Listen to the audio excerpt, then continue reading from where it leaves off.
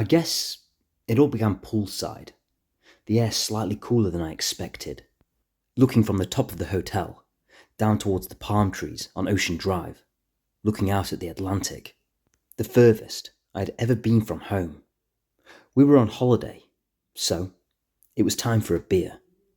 When the pretty young Latino at the poolside bar asked me for $15 for a small bottle of crappy American lager, the panic was internal. Had I brought enough money? When I gave her a $20 note, and she merely fluttered her eyelashes at me and smiled with astonishingly white teeth and suspiciously plump lips, which all quickly vanished and morphed into a scowl as she discovered I wanted my change. "Is there a supermarket?" said Rhodey, my 6'6" friend, smiling down at me in his black sunglasses. "Tell me about it," I said, matching his smile and clinking our bottles together. As soon as we got in the pool, all I heard was, "Hey, we're here, Mercury!" He erupted upwards, creating that white water you see in waterfalls, towering above me, then trying to take me down into the water. For the most part, he succeeded, but one thing remained above: my beer. I didn't spill a drop, not at that price. As the sun came out and vaporised the chill, me and Rhodey got another beer, and our change, and returned to the pool, and that's when our smiles really came out. And that's when Des came out too, the third amigo, again in shades, black hair, smiling, in an open bright blue shirt. "Now then, boys," he said, chucking down his towel on a sunbed. God knows what he'd been doing in that hotel room, but he was always last. Fashionably late, I assume he would call it. "Hey, it's all been kicking off down here, don't you know?" he said, grabbing his phone and bringing it over to poolside so we could see. We gathered in close, and on his screen we could see the red and blue flashing lights of police cars, and an American woman's voice coming over the images of a place at night. "Police were called late last night to the East Wind Hotel on Ocean Drive after a disturbance. 2 people were arrested after an altercation in a hotel." "Where's that?" asked Rhodey. "Ocean Drive. Like, literally just down there," said Des, pointing towards the seafront. "And that's where it all happens, is it?" I asked. "Well, looks like it, doesn't it? Not sure how much time I'm going to spend down there, though, with all these pool parties we've got booked," said Des. "Don't worry, we're going to see it all. I say we head down there soon, to Ocean Drive. Go take a look at the beach," said Rhodey. So there we was, as the sun was setting, walking the beachfront, Ocean Drive, sports cars passing by on our left, in bright blues, yellows and reds. On our right, artificial women, with plastic breasts and God knows what in their arses, hollered out at us, trying to get us to frequent the establishments they represented. As the orange sky turned to blue, I looked at the seafood platters Des and Rhodey had ordered as we sat outside on that warm night in the tropic heat.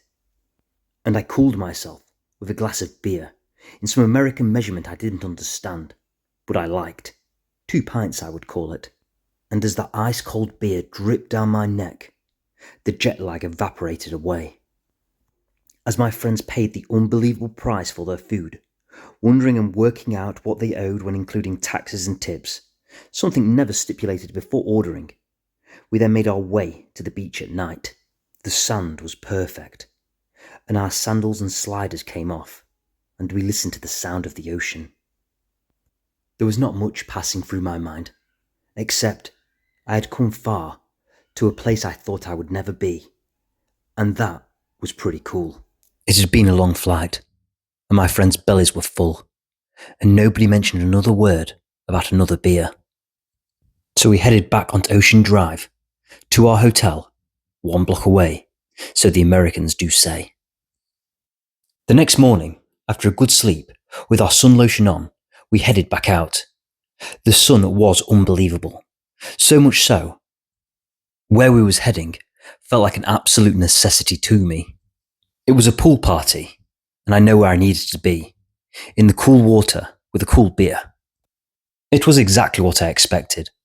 Good-looking people, music blaring, pools, and a big bar. That was very accessible. But what I didn't expect was how much I enjoyed it. I felt good just listening to the music, in the cool pool drinking my cool beer. It was a cool vibe, a frequency I got upon. We danced in that sun that rained upon us, and I thought, this is all right. As I backed up, I bumped into someone, and yeah, of course, she was gorgeous, blonde, pale, and in a red bikini, but not quite as pale as me. Hilariously, a British guy, a Geordie, had called me Factor 3000 to everyone's amusement about 20 minutes earlier. I'll give him it. It was pretty funny. Anyway, you want to hear about that beautiful blonde, don't you? Hey, she said. Was she speaking to me? Play it cool. Nothing could happen anyway. I mean, look at her. So you might as well just relax. Hi, how's it going? Good, thanks. Another British guy. Yeah, sorry. She laughed. Maybe because it was typically British. I don't know. Are you with them? She said, pointing at the Geordies. The one who had called me Factor 3000. No, not with them. What part of America are you from? I'm not. Huh? I'm Canadian. Oh, sorry. I really can't tell the difference between you guys. But the difference is obvious, right? Yeah, she said, laughing. But I guess you'd struggle with our accents, like where I'm from, exactly right. Oh my god, yeah. Like, sometimes I can't even tell what's been said on Love Island. To be honest, I should have known she was a fan. I mean, looking around, I was probably the only guy here that hadn't ever seen an episode. For those that don't know, it's a reality show full of people that looked a lot like the people at this pool party. I was just about sober enough to realise not to go on some rant about how that show is the perfect demonstration of what's wrong with modern society in the Western world. So instead, I asked, random question, but is the British version more popular here than the American version? Well, that was it. She was off. She spoke about that show for about 10 minutes, and about 10% of it went in. But I smiled all the same. I drank my beer in that sun, staring into the blue eyes of a beautiful blonde. I was loving life. Then she asked, like, do you think there's any differences? Maybe you like the British contestants more because they feel more authentic, unfiltered than the Americans? More raw? I don't know. I think there's more vanity here, to be honest, I said, looking around. I mean, people just seem so consumed about what others think about them, never really truly asking themselves, what do they think about themselves? They just want to be seen for some reason, and that superseded being happy in modern society. People lose themselves in that quest to be noticed. They forget the person that they are entirely. I drank my beer, and the smile had been wiped off her face. Sorry, what's your name again? She asked. Daniel. Nice to meet you, Daniel, she said, shaking my hand, looking so deeply into my eyes. You're different, and I like that. My name's Charlotte, by the way. Cheers, Charlotte. She kept staring at me, then started laughing. You really are different, aren't you? I hope so, I said. I'll talk to you in a bit, she said, heading back towards her friends. I went to the bar for another beer, and that's when Rhodey and Des appeared on either side of me. Lovely stuff, Mercs. You get anywhere? Said Des. You know, I said. You were chatting to her for quite a bit, said Rhodey. She keeps looking this way, to be fair, said Des. I went to look and Rhodey said, Don't. She'll know we're talking about them. I assumed he meant her friends. When I did get my beer, I turned to face out across the pool. I could see her on a sun lounger, on her back, black shades on, that pale slim body in its red bikini soaking up that relentless Miami heat. I tried not to concern myself with her. Want is the stem of all issues. Control what you can control. A girl like that was certainly out of my league. I turned my attention back to the pool party and just enjoyed the moment. I got drunk and met a redneck at the bar. At least, he seemed like a redneck to me, even though I don't technically know what one is. And he was different to a lot of the people there. He seemed more genuine, real, working class, blue collar, as I think the Americans say. He had terrible fashion sense and was as pale as me. And he just wanted some sun, really. So he told me he had taken a flight alone out here and decided to get lost. So me and him drank beer after beer. And guess what his name actually was? Britain, unbelievably. We laughed about a lot of things, talked about how culturally me and him were more similar than a lot of the people that he would call compatriots in the States, as he was surprised at how Spanish-speaking Miami had been.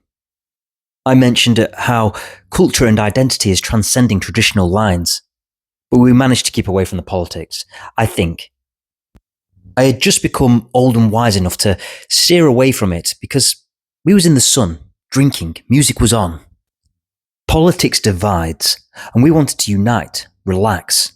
So, when the DJ came out, a gorgeous girl in a bikini, who was probably a major deal on Instagram, stood behind her decks pretending to do something. We joined the people and danced in front of her. We didn't suit the scene at all. Britain's arm around me, giving it a US Marine like, yeah, a few times. But it didn't matter and nobody really cared. There was a good energy, and I felt a tap on my shoulder and turned around, and there was Charlotte, smiling. Nice moves. Thanks, I said, stepping back slightly, watching her move her shoulders a little in time with the music. Not bad yourself, I said. Yeah.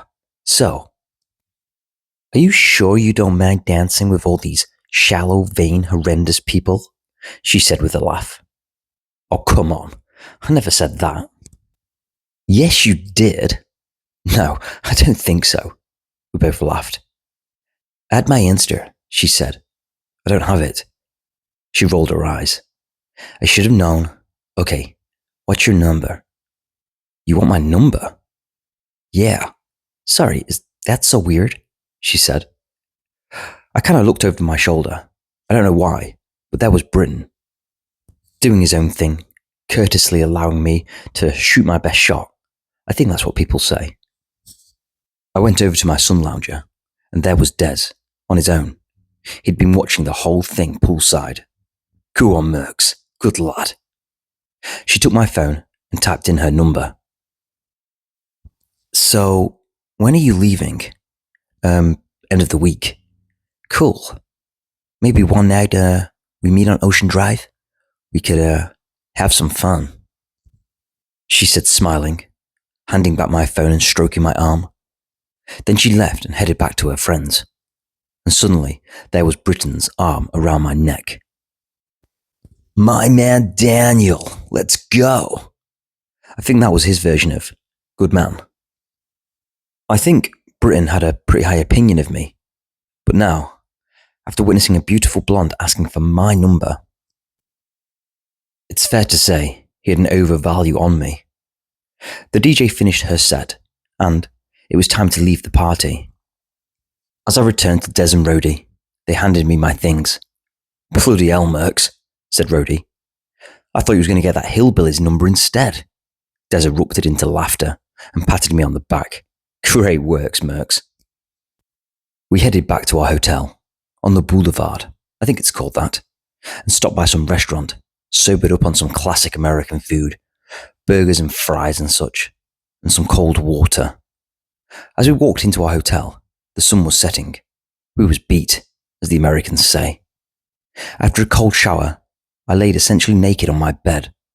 I was tired, in every way. It felt wonderful. All three of us slipped into a deep sleep. I remember waking the next morning, feeling the cool air-conditioned air and listening to the gentle sleeping breaths of my friends. I got up, slipped on a vest and shorts, flip-flops, and headed out onto the street. It was night, or morning. The air was still warm, and as I walked down towards the beachfront, the only lights that were on were the street lights, illuminating the big green American road signs. I looked at that one that said Ocean Drive, then turned to the darkness of the beach. I sat in the sand and listened to the sea. It was beautifully haunting. For all the madness and maybe sin in that city behind me, Serenity and nature sang in this place, in every morning and on every night. As light, oranges and purples peered on the horizon, and locals began to drift past me with their dogs, I walked into the sea and dipped my head into that salt water and looked out at an eternity of water. There was no hangover, not in the slightest. So there we was again, at another pool party. The vanity had increased, the tans and tattoos. Those with the most Instagram followers sat around the pool, doing their best to talk to nobody. Those more in touch with life was in the pool, laughing. I got speaking to a few. One that stands out was this big guy, but he was young, maybe 20. When I had told him I was English, all he could seem to say was, "Is it coming home? Is it coming home?" He was referring to football, but there wasn't even a tournament on. But he persisted. "So then, is it coming home?" he said again, punching me in the arm way too hard. I think actually it might have been his first time he'd been drunk. Then he put his arm around me and said, "You know, you're all right." Then promised me a beer several seconds later. But then he was gone. The music turned up, the beers went down, and one girl caught my eye. Every so often, a small parade of staff would come out, led by a guy at the front with a foghorn and gorgeous women dressed as cheerleaders behind him. They would get everyone's attention. The girls had water guns, filled with alcohol. They would walk up to someone on a sun lounger and begin to pour liquor down their necks. And I had noticed this small pale girl in a white bikini and lots of black frizzy hair. Every time the parade came round and came near her, she would jokingly dive out the way onto her sun lounger. It was quite funny. In this environment where everyone took themselves so seriously, it was very refreshing and made me smile every time she did it. Maybe on the fourth outing of the parade, after more vodka for her, rather than dive sideways onto her sun lounger, she dived into the pool and she landed right beside me, splashing me, putting plenty of pool water in my beer. "Oh, sorry," she said, coming up to the surface. "It's absolutely fine. I've been watching you do that all afternoon. It's funny," I said. "Oh, really?" she said, wiping the water from her eyes. "It's just something me and my fiancé do all the time." Fair one, I thought. She isn't hiding the fact, putting those boundaries there right away, which was a good thing, because I couldn't be bothered to play any games. We just talked, laughed. She had a husky voice, and quite simply was attractive, down to earth. I made her laugh a lot too. She taught me there was a British stereotype of guys these days, tattoos, short back and sides. There was a group of them next to her sun lounger, and I got the vibe her and her friends didn't like them very much. And she kept saying how us guys, me and my friends, were all right. Me, Rhodey and Des mingled with her friends in the pool, laughing and drinking. Then, when I was returning back to the pool from the bar, that's when I saw Rhodey getting our stuff. "Get your things, we're going." "Oh God, why? What's happened?" I said. "Those girls, they've invited us back to theirs," said Rhodey. So, before I knew it, we was in an Uber going through Miami, and the houses kept getting bigger and bigger. I won't go too much into what happened that night, but they lived in a mansion, essentially overlooking the city. I had to pinch myself a few times, wondering how me, Rhodey and Des were in a house with 8 Jewish girls, essentially in a mansion, helping ourselves to cold beers in a fridge full. As day turned to night, we moved from the pool and into the house, and began to dance to early 2000 rock classics, and they fed us with ordered-in pizza. Talk about hospitality. When they ordered us an Uber, paid for, back to our hotel, we couldn't stop laughing in the taxi going back. Did that really just happen? I don't know what it was, almost certainly adrenaline, aided by masses of carbohydrates. But when someone said, "Are we going back out then?" we certainly was, and the night was only just beginning. Things were about to get a lot crazier. So there I was, slipping on some white jeans and a silky short-sleeved sky blue shirt. I had bought it tongue-in-cheek. Cliché Miami, I thought. If it made people smile, I didn't mind. I felt completely clear of mind and good. Not like I'd had a drink. Definitely not like I'd had 20 beers through the afternoon. I looked at my phone and found Charlotte's number, the beautiful Canadian girl. "Hey, you on Ocean Drive tonight?"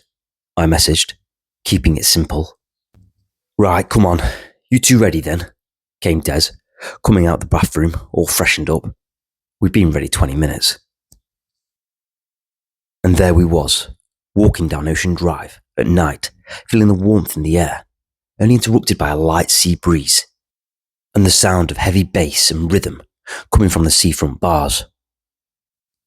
It was never said, it was just a given, the deciding factor, how many girls were in there.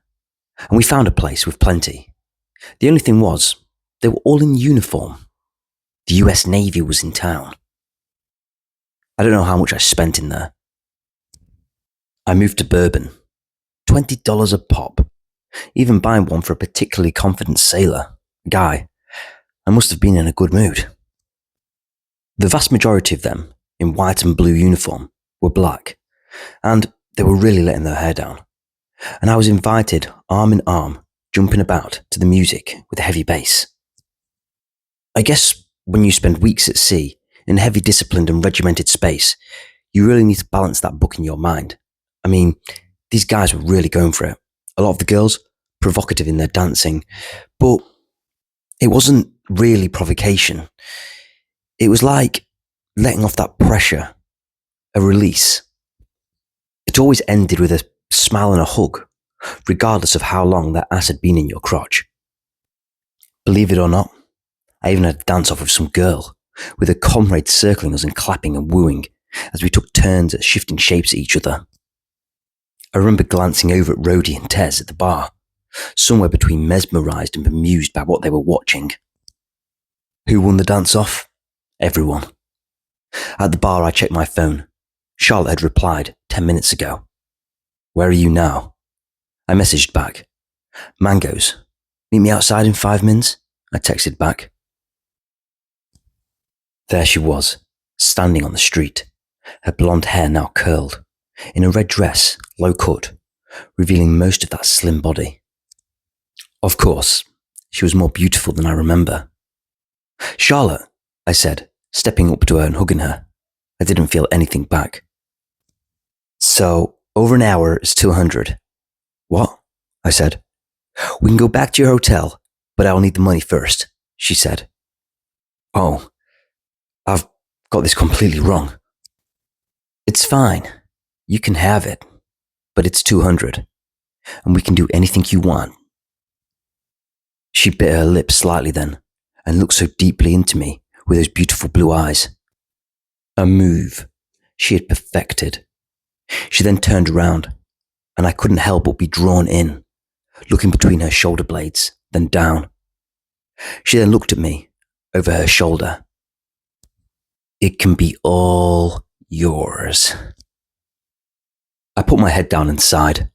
My first feeling was to blame the 21st century, the monetization of everything. Then I remembered prostitution is the oldest trade in existence.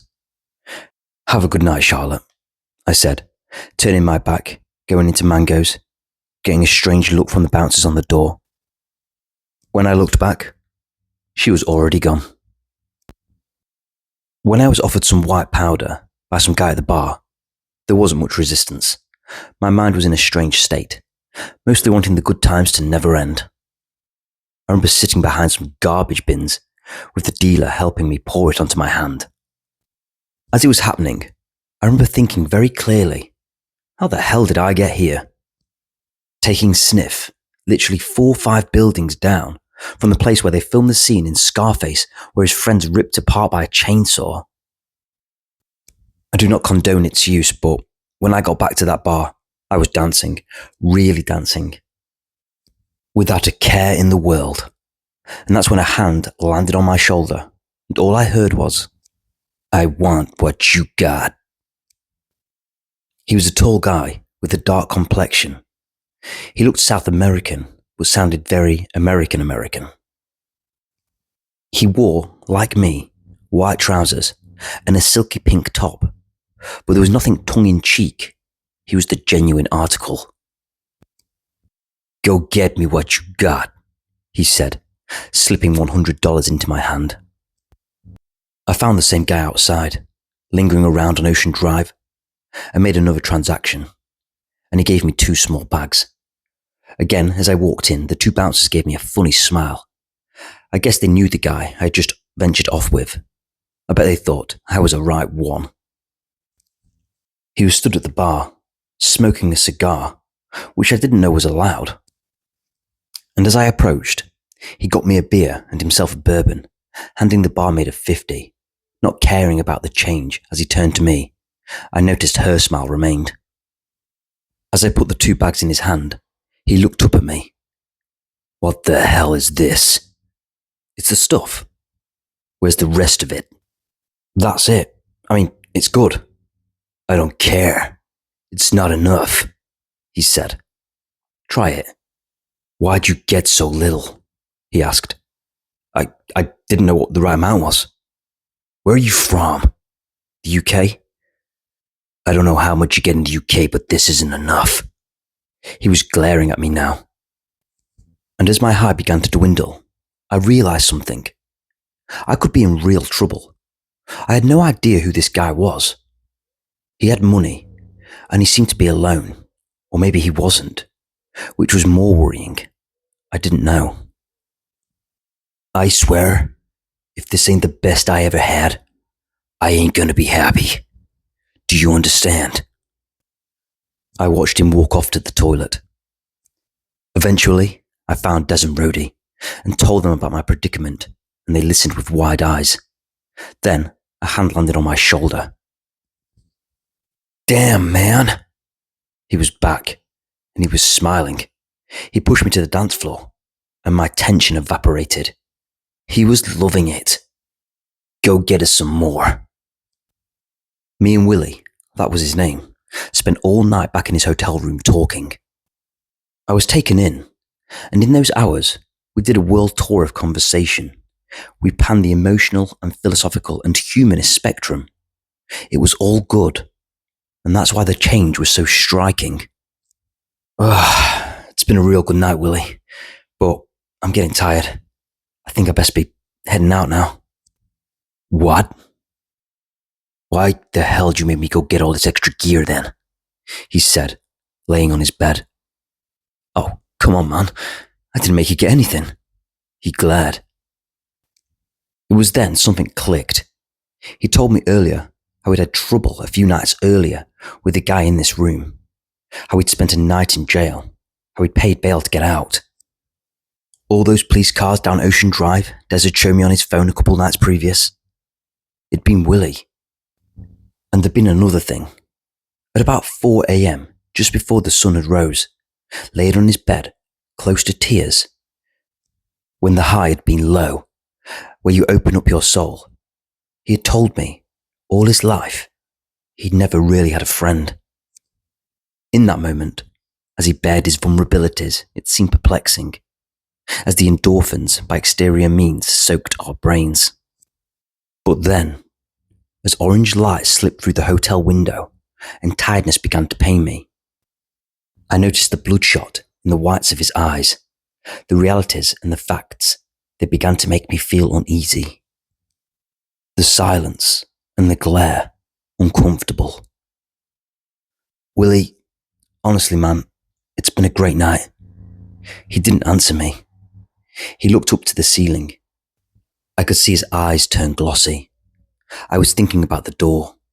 I was on the wrong side of the bed. Merely standing up felt like a dangerous move. I've gotta go, man. I mean, your flight's only 4 hours away," I said, standing. "You're just like the rest of them, you know," he said, breaking his stare at the ceiling and turning towards me. "You know, for a moment there, I thought you were a nice guy.